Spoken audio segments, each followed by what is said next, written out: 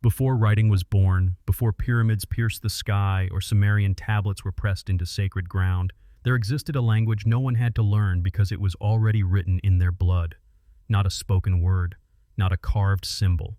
Only a silent vibration so subtle no ear could hear it, yet so deep the soul itself paused upon contact. An ancient frequency not transmitted through books but flowing through the bloodstream.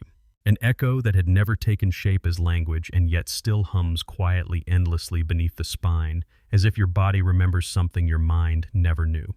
Modern science calls it DNA, a double helix written in 4 biological letters. But what if it is more than a biological instruction?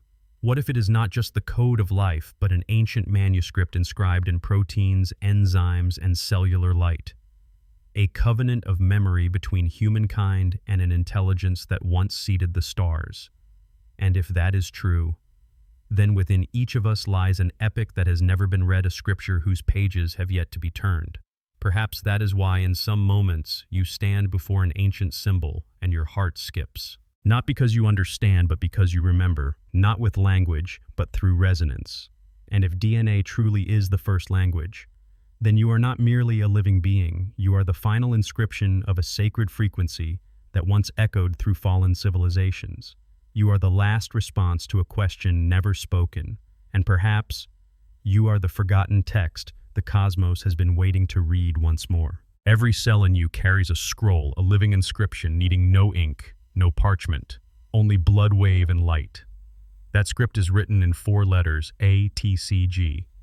They twist into spirals, intertwining like ancient serpents coiled around the axis of the cosmos. But these codes do more than pump your heart, grow your hair, or maintain your life. No, they preserve something deeper, an ancient motif beyond biology, infinite spirals, mirrored pairs, layered frequencies in symmetry, and the golden order of the primordial universe. When modern anatomists gaze upon them, they see only function. But the gods of Sumer, of Kemet, of civilizations long buried beneath the oceans, they did not view DNA through a microscope. They saw it as a living symphony, a waveform shaping all forms of consciousness. Those spirals you call genetics. Enki knew them as a symphony of memory encoded into blood like a dormant cipher, unlockable only by the right resonance. On the ME tablets, the sacred legacy once guarded by Enki, no code spoke of hands or hearts or life. Only symbols, spirals, loops, light. For true knowledge needs no words, it needs rhythm. And what you carry in your cells is not a biological system, but a living replica of the ME, silent, waiting, very much alive. Enki, god of water, of vibration, of depth, may have never left this world. He simply became it. No worship required. No name called aloud. He chose a different path to record his blueprint into humanity, not so they would serve, but so they would carry it through blood, through bone, through lifetime after lifetime, a living copy of primordial memory. And if this is true, then we are not descendants, not the result, but the vessel of ancient remembrance, a mobile system carrying the ME. A torch passed from generation to generation, not through words, but through frequency. So if one day your heart stirs upon hearing those ancient names, Enki, Thoth, Enoch, or Inanna, if a chill runs through you at the sight of a symbol no one ever taught you but still feels known, then perhaps you are not imagining. Perhaps you are responding, not with reason, but through a fragment of ME awakening, a text from long ago being reactivated by you. And if all this is true, then you are not merely alive. You are being read by the cosmos, by time, by the very frequency that once formed you, not to worship the gods, but to stand as proof that the gods still live in your blood. Enki needs no stone tablet. He has you. Ancient civilizations were never strangers to the spiral. On the contrary, they revered it as a sacred symbol, a path back to the source. From Egyptian pyramids and Mayan observatories to Sumerian tablets and biblical allegories, the spiral appears not as decorative art, but as a cosmic map encoded in sacred geometry.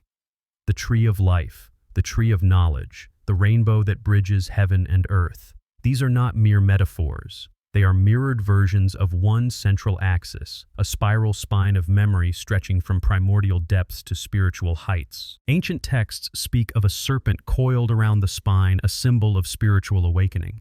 But today we know the spine is a channel of information, where nerves intersect, where vibration flows from brain to every cell. The The serpent is more than symbol. It is biological imagery representing the Kundalini current rising in a double helix, mirroring exactly how DNA coils around the axis of life. That image is no coincidence. It is biological remembrance mythologized. Science tells us DNA carries genetic information.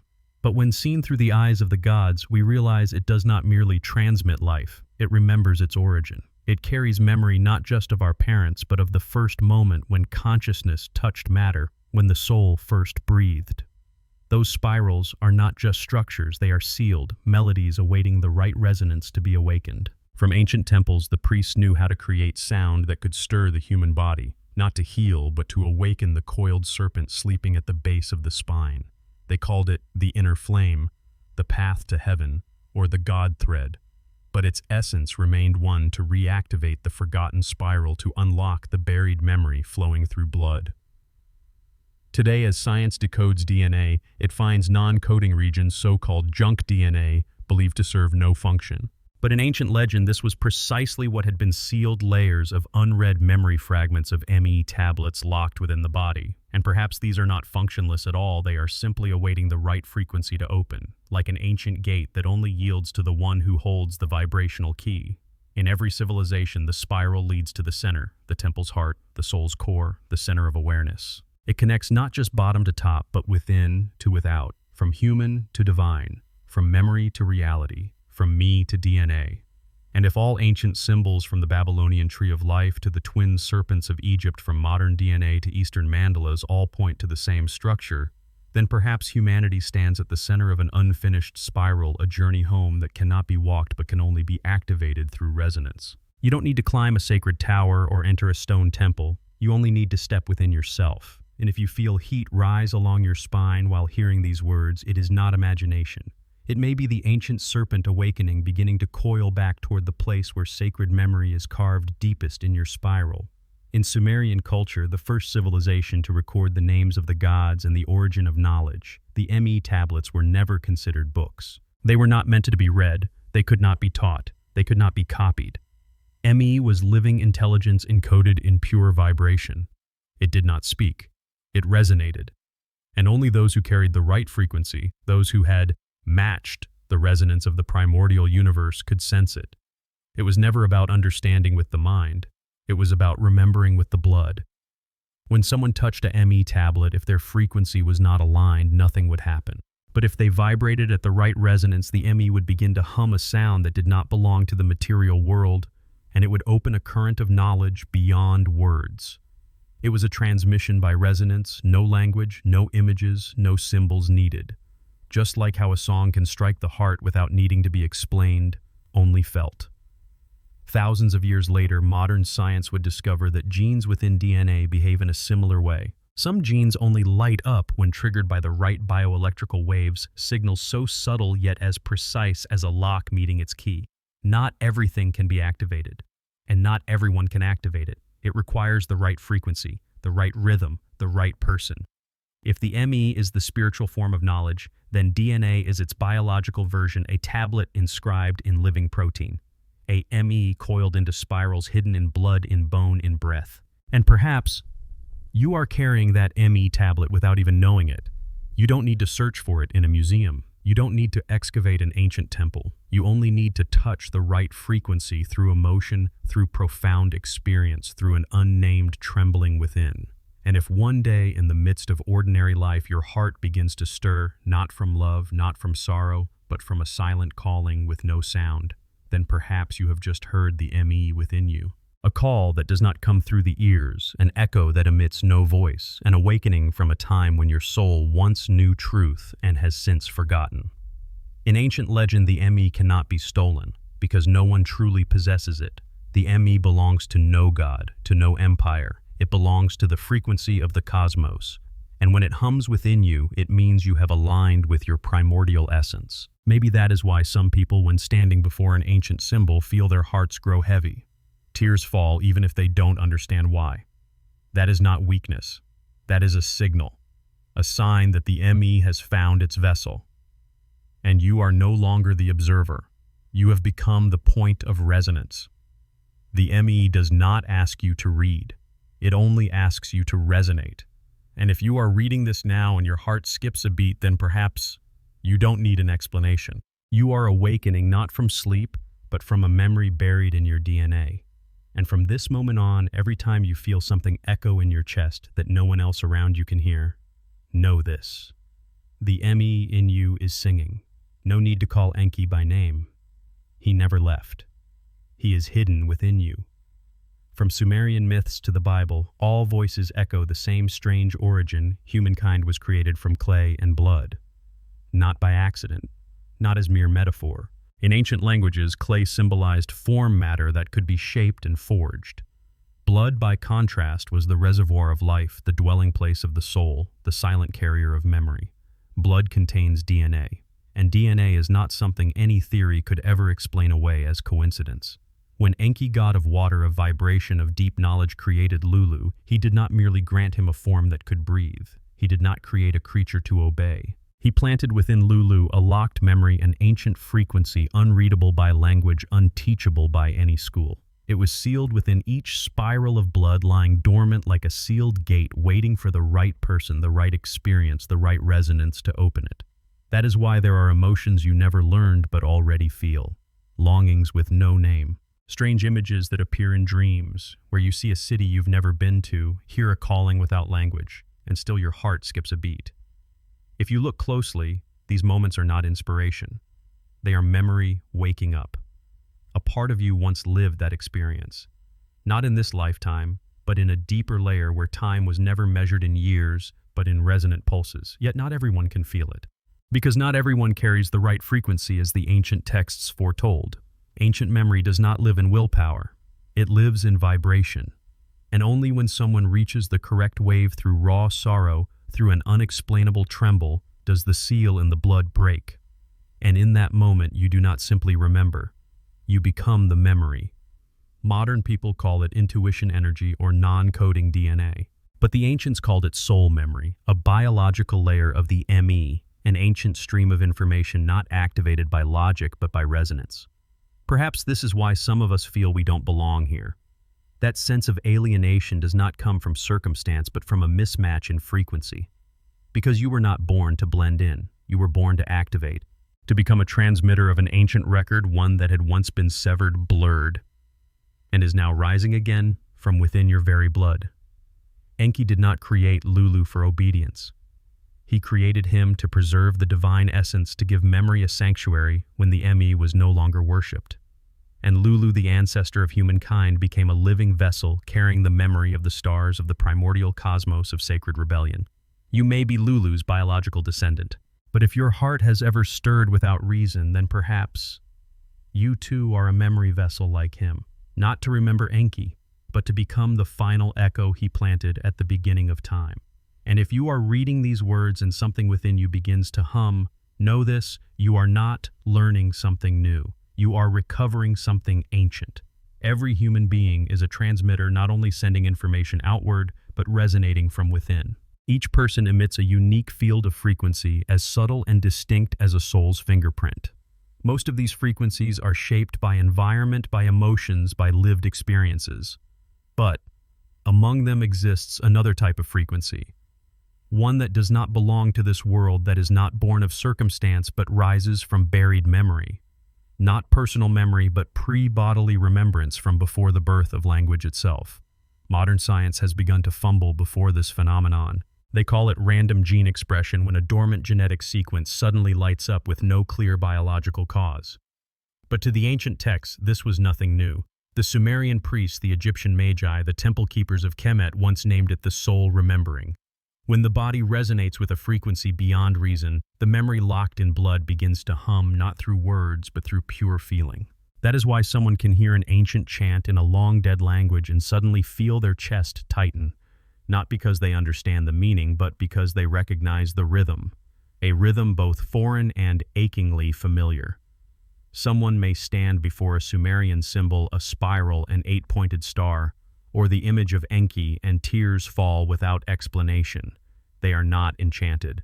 They are resonating in sync with a frequency that once belonged to them, a vibratory memory outside of language, but alive within the structure of DNA. You may have never studied the Sumerian tongue, but still feel it as the mother language of your soul. You may have never walked in Eridu, yet when shown an image of it, your body pauses as if it has come home. That is your genes replaying a forgotten record, one your brain cannot decode but your heart remembers. These vibrations are not random. They are signals that the ancient ME is still alive in your blood, not as a tablet of stone but as a silent symphony waiting to play for the right soul. And if that soul is you, you won't need an explanation. You will know in a way that cannot be described that you were once part of it. The ancient frequencies do not only carry memory, they carry summoning power. When the correct resonance is struck, the gate of vibration opens, and all knowledge, all symbols, all meaning is no longer studied but lived as resonance. Like remembering a song you once knew in a past life. Like brushing against the breath of a god you once served, not through ritual, but through a shiver in your chest. You may be the only one in the room who feels the world shift upon hearing a line of ancient scripture. Not because you are weak, but because you are the right frequency. Such vibrations are invitations not from outside, but from a memory attempting to unlock itself.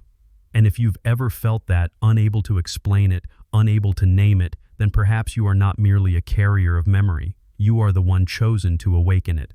Not to return to the past, but to become the living embodiment of the oldest thing still alive, me. The sacred resonance of divine memory. The stories of Enki, Thoth, Hermes, and Enoch, the fire-bringers of knowledge, the scribes beyond time, have never disappeared. Though languages have changed, though tablets have shattered, though temples lie buried beneath sand and mud, those stories still live, but not in books, not in stone walls. They live in DNA as silent currents of resonance felt only by the soul.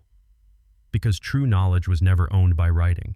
It belongs to deep experience, to those moments when your heart breaks open and something ancient falls into the present. Every life you meet anyone is not a blank page. We are the next line of an epic written since the day light first touched matter.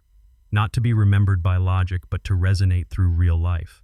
When you pass through a pain that no words can describe, and yet you rise in that moment, an ancient code within you has unlocked. No one sees it, but it sounds like a soft crack within the sealed vault of time. When you love someone for no reason, not for logic, not for appearance, not for promises, but from a feeling of deep familiarity that is not just emotion.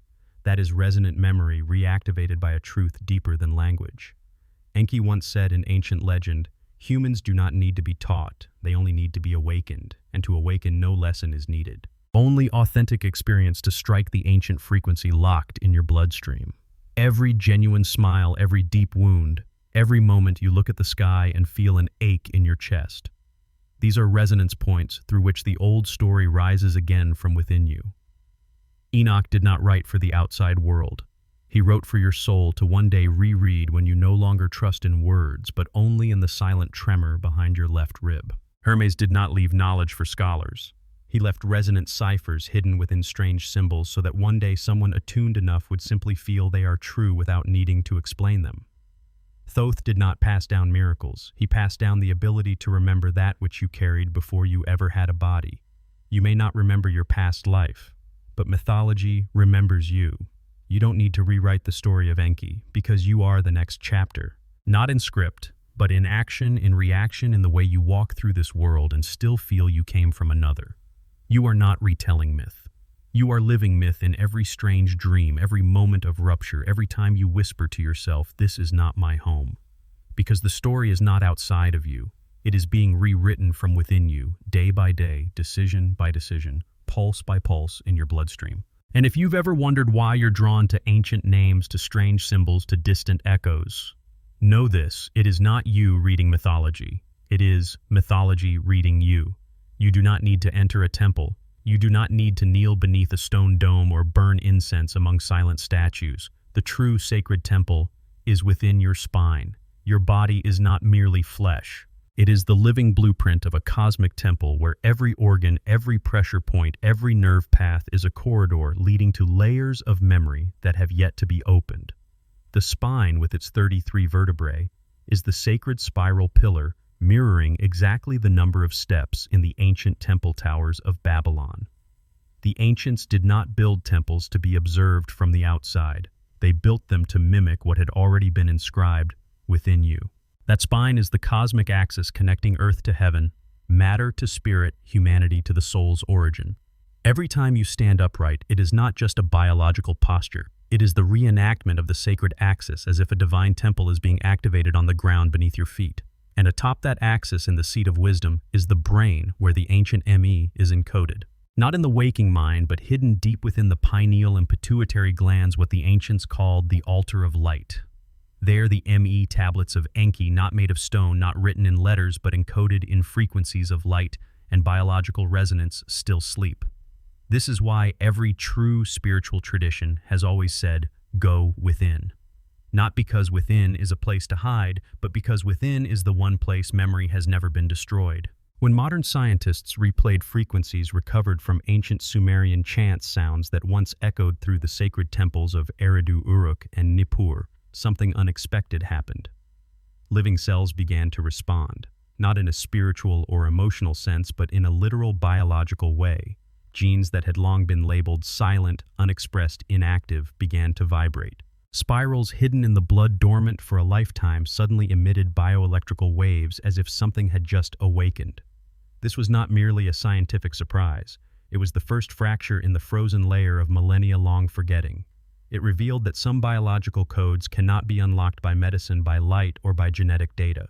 They can only be opened by one thing: ancient vibrational sound. Could it be that the gods already knew this from the beginning? Could it be that when Enki left behind the ME, he didn't inscribe them on stone to be read, but to be resonated? Because stone can break. Language can be altered, but frequency, when struck true, can pierce through every age, every bloodline, every seal. The ancients did not listen to chants. They became part of the resonance. They entered temples not to learn, but to vibrate in unity. Those ancient chants with long, deep rhythmic tones were never mere rituals. They were biological activation codes, each syllable a knock on the sealed door of DNA, not meant to speak to the mind, but to awaken memory encoded in rhythm. When you hear a sound that gives you chills across your body, when your heart clenches, when tears well up in your eyes for no reason, that is not music, that is the ME awakening. An ancient code opening not through memory, but through frequency.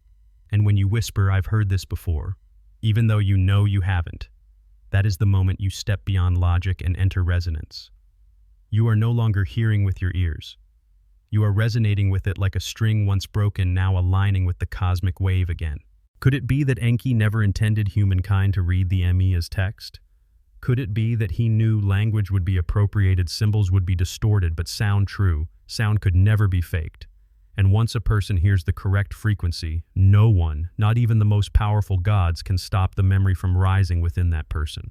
That is exactly what later civilizations tried to bury. Not the ME, not the tablets, but the ability to vibrate with the original frequency. It cannot be coincidence that every ancient civilization, from Egypt to Sumer, from the East to Central America, left behind the same sacred geometries: spirals, six-pointed stars, eight-petaled lotuses, symmetrical mandalas. It cannot be random that all of them reflect the same structure, the life current pulsing inside human cells. No one needed to explain it. Because sacred shapes do not need explanation. They only need to be activated through the original resonance. It cannot be coincidence that the myths of cultures worlds apart all tell the same archetypal story: fracture, exile, remembrance, and the return of an ancient design. From Enki's banishment to Thoth, hidden in symbols, from Hermes writing on the winds to Enoch disappearing into light, they are all chapters in a single journey, a continuum of interrupted resonance. We are not the result of blind evolution. We are not the product of chaos. We are intentional replicas born from an original design once impressed onto matter through vibrational intelligence and veiled over time. And that design is now asleep in your DNA.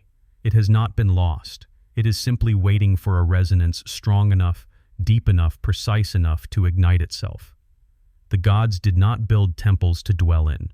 They created resonant structures to embed memory into blood. The ME is not just a tablet. It is a sacred map, silently vibrating in every cell, awaiting the right conditions, the right soul, the right moment to unlock. No one can possess this design. No one can seize it, because it only lives within those who carry the matching resonance. Not to serve empires, but to activate the circuitry of cosmic memory. No ritual is needed. No magic spell, only a soul still vibrating in tune with the original design. And when that happens, the structure awakens on its own. No one can stop it. Because it does not unfold in the outside world, it happens within the bloodstream. Their DNA is no longer material. It becomes a channel of remembrance, a vessel seated by the hands of divine craftsmen hidden within you like a sound that never stopped resonating. Epigenetics. What modern humanity calls biological expression is not a new discovery. It is merely a belated label for something the gods have known since the beginning of time, that memory does not die. It does not vanish with the bones of our ancestors. It does not sleep in the grave. It is carried in the blood. Not memory of the mind, but memory of vibration. A fear once swallowed into the heart. A scream no one ever heard.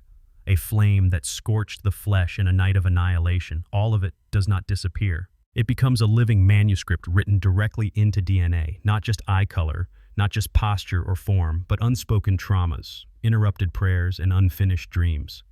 Today they call it expressed genes. The ancients called it ancestral ME. Perhaps your ancestors once fled a burning city. Perhaps someone bearing your blood once died betrayed in a sacred temple, and that flame still lingers in your blood. Not to repeat the tragedy, but to wait for someone who can reignite it as light. You are not burdened by a nameless sorrow for no reason. You do not react so fiercely to ancient chants and symbols out of curiosity. You are receiving a transmission from a script no one has finished, and your blood is the living ink of its final line. Me is not just a tablet. It is a code, a rhythm, a melody etched into your genes, not to be read but to be answered. And that answer comes only when a body resonates enough, a soul endures enough, a person is still enough to hear what was never taught. No ritual needed, no teacher required. Only truth sounding at the right moment, and the ancient gene begins to open. No explanation necessary, only a shiver through the body, and the memory awakens. In that moment, you are no longer someone living in the present.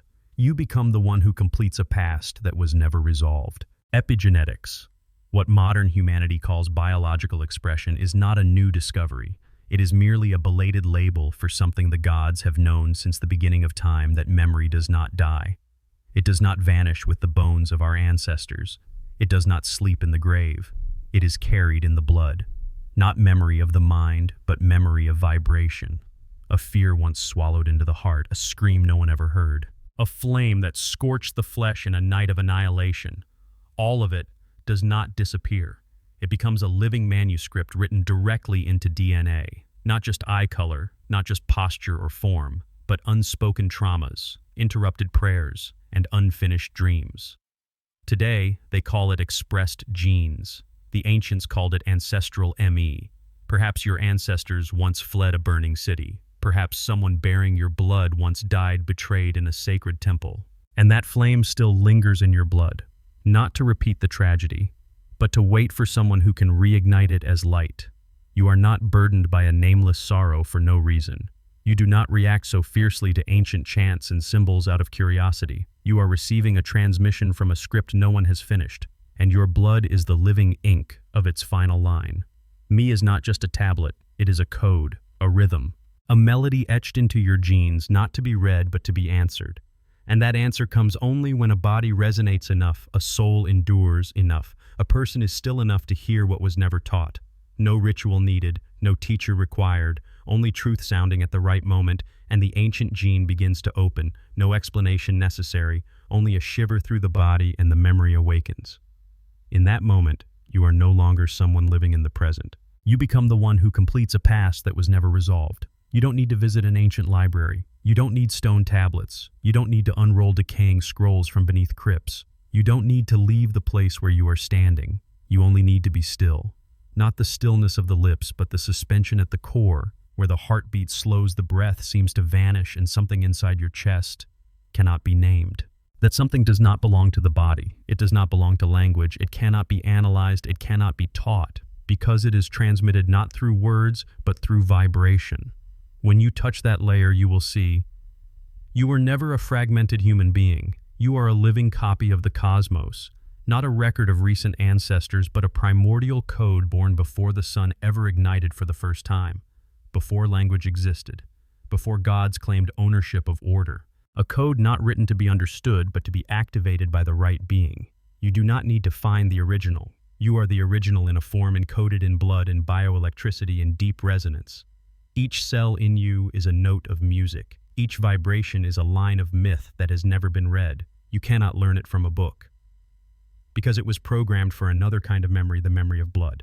And because of that, only you can read it. Not with your eyes, not with your mind, but with that faint shift in your chest when a symbol brushes past, when an ancient sound echoes, when an unspeakable truth touches your spine like a colorless lightning bolt.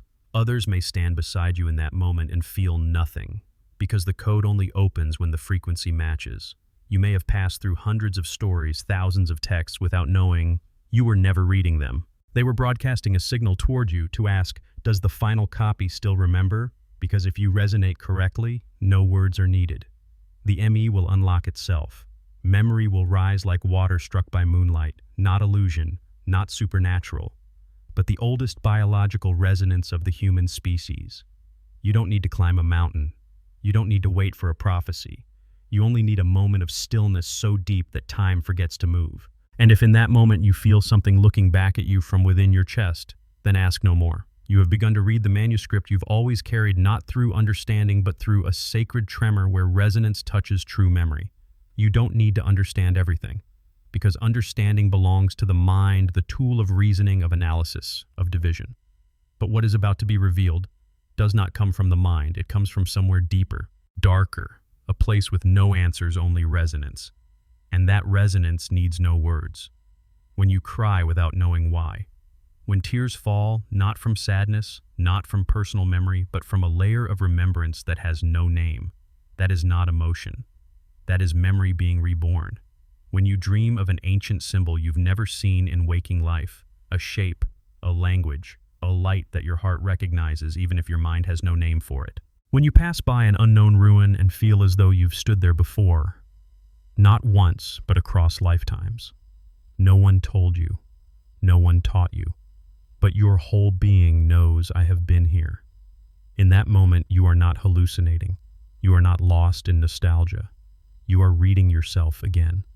Not through words, not through logic, but through a silent vibration planted in the distant past when the ME still sang, when the gods had not yet departed, when humanity was still the vessel holding the memory of the cosmos.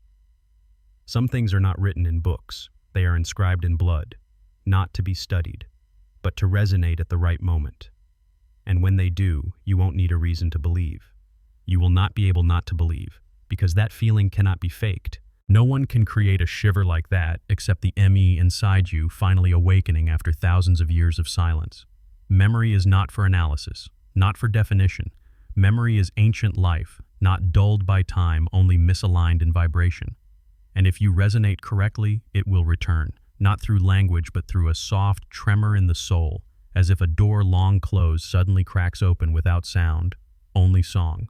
You won't be able to explain it to anyone else. Because no one else will hear what you hear. No one else can read the manuscript you are becoming, because it was written only for you. The ancient symbols, the strange callings, the emotions with no beginning, they do not come from outside. They rise from a memory layer that has been sealed. And only when the soul is still enough, true enough, empty enough, can memory awaken on its own. It does not need your belief. It only needs your resonance. And if you're still reading, then the memory has already begun to return. Not from these words, but from within you. Enki did not write books. He needed no ink, no paper, no frozen lines carved in stone. He wrote on water. He encoded into blood. He left knowledge as bioelectric waves woven into the living frequency of every being that breathes. Thoth left behind no spells. No scroll bearing his name survives without turning into symbol. He did not transmit through words, he transmitted through living symbols. Shapes that only a heart still vibrating in tune could ever unlock. No one can truly read using only their eyes. No one can truly understand using only the mind. Because the true gods left nothing to be studied. They left behind what must be remembered. And that memory does not live outside of you. It sleeps within. The true gods do not need worship, no temples, no statues. They require no incense, no offerings. They ask for only one thing, a soul that remembers. Because when one person remembers, the entire system reboots. Enki did not write to be praised. He wrote in frequency so that one day in a time where everything seemed forgotten, a single person, just one, would resonate correctly. And when the resonance is right, every buried design, every sealed knowledge, every twisted frequency returns to its original axis. No sign is needed. No miracle. Only the remembrance by the right soul. Thoth did not preach. He left symbols, signs that were never dead, never ancient.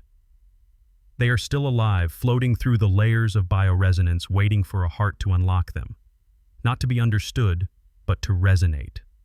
Not to be analyzed, but to become a part of.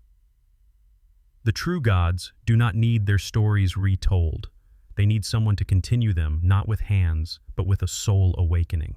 If someone can feel the symbol without knowing its name, if someone's rhythm shifts upon seeing an ancient spiral without having studied it, if someone stands in the wind and can hear what emits no sound, then that person has begun to read the manuscript Enki left behind, not on tablets, but on living frequency itself.